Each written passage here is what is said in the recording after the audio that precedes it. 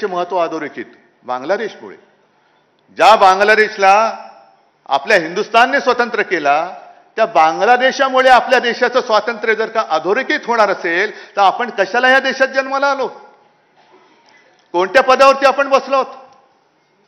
दुसऱ्या देशात काय झालंय? अरे बांगलादेशामुळे स्वातंत्र्य अधोरेखित झालं असेल, महत्व अधोरेखित झालं असेल तर तिथे जी काय हुकुमशाही होती, दडपशाही होती, तिच्या विरुद्ध जनता रस्त्यावरती उतरली. पंतप्रधानांना राजीनामा द्यावा लागला, सरन्यायाधीशांना सुद्धा राजीनामा द्यावा लागला. ही लोकशाही बांगलादेशातली तुम्हाला मान्य आहे? परवडणार आहे?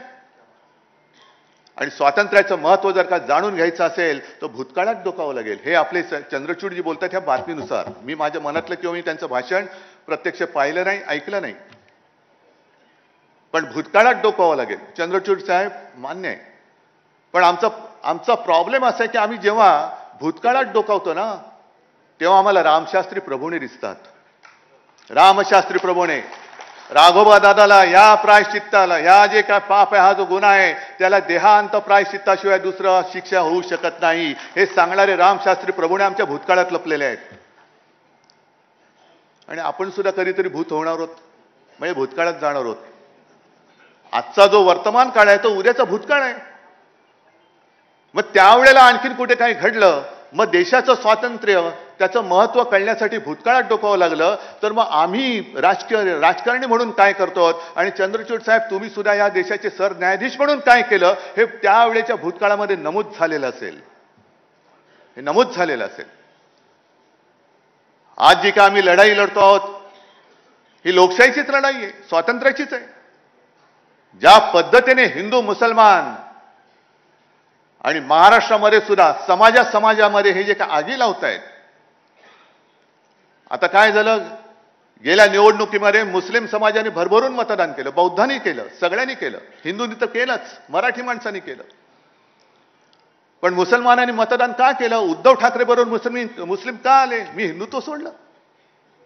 पण करोना काळामध्ये जे काय आपल्या सरकारने काम केलं, हे नालायक आपले महायुतीतले आपले विरोधक जे आपणच त्यांना मोठं केलं ते विसरले. पण ज्यांना आपण वाचवलं ते मुस्लिम असो बौद्ध असो ते नाही विसरू शकले. सीए एनआरसीच्या वेळेला सुद्धा जे काम आपण केलं, एक भयभीत वातावरण झालं होतं सगळं. आता काय करणार? इथल्या लोकांना हाकलून देणार. मी महाविकास आघाडीच्या तर्फे मुख्यमंत्री म्हणून सगळ्यांना सांगितलं होतं की मी एक सुद्धा असं पाऊल केंद्राला उचलायला देणार नाही. जे या देशाचे नागरिक आहेत आणि जे देशावरती प्रेम करतात त्यांना मी इथून जाऊ देणार नाही. म्हणून मुस्लिम आमच्या सोबत आले. काल मोदीजी तुम्ही जे बोललात की सेक्युलर संविधान, सेक्युलर नागरिक संहिता, म्हणजे तुम्ही काय हिंदुत्व सोडलं? हिंदुत्व न मानणाऱ्या चंद्रबाबूच्या मांडी लावून तुम्ही बसलात, नितीश बरोबर बसलात, मग तुम्ही हिंदुत्व नाही सोडलं? मग उगाच आपल्यामध्ये आगी लावण्यासाठी म्हणून तुम्ही ते वक्फ बोर्डाचं बिल का आणलं? बरं आणलं तर आणलं, हिम्मत होती तर बहुमत तुमच्याकडे असताना मंजूर का नाही करून दाखवलं? तुम्ही मंजूर का नाही करून दाखवलं? नोटबंदी तुम्ही आम्हाला विचारून केली होती, आम्ही तुमच्या सोबत होतो.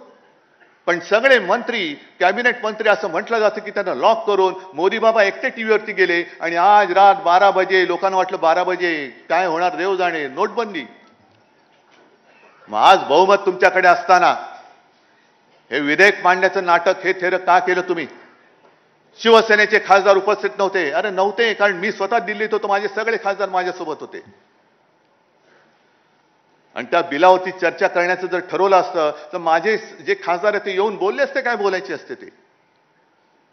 पण तुम्ही वक्फ बोर्डाची जमीन जर ढापून तुमच्या उद्योगपतींच्या घशात घालणार असाल, जसं तुम्ही आमच्या हिंदू संस्थानांच्या मंदिराच्या जमिनी लाटताय, लुटतायत आणि तुमच्या लाडक्या कॉन्ट्रॅक्टरला देत आहात. महाराष्ट्रामध्ये सुद्धा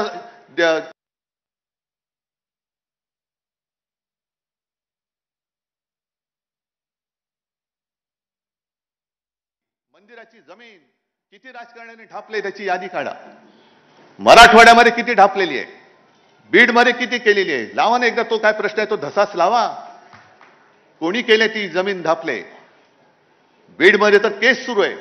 अरे वक्फ बोर्ड तर बाजूला ठेवा, माझ्या मंदिराची जमीन चोरली जाते आणि त्याच्यावरती तुमचे मित्र येऊन बांधकाम करणार असतील तर आज मी जाहीर करतो, वक्फ असो किंवा हिंदू संस्थान असेल किंवा कोणत्याही धर्माच्या जागा असतील, आम्ही वेळवाकडं काही त्याच्यामध्ये होऊ देणार नाही, अजिबात नाही होऊ देणार. अयोध्ये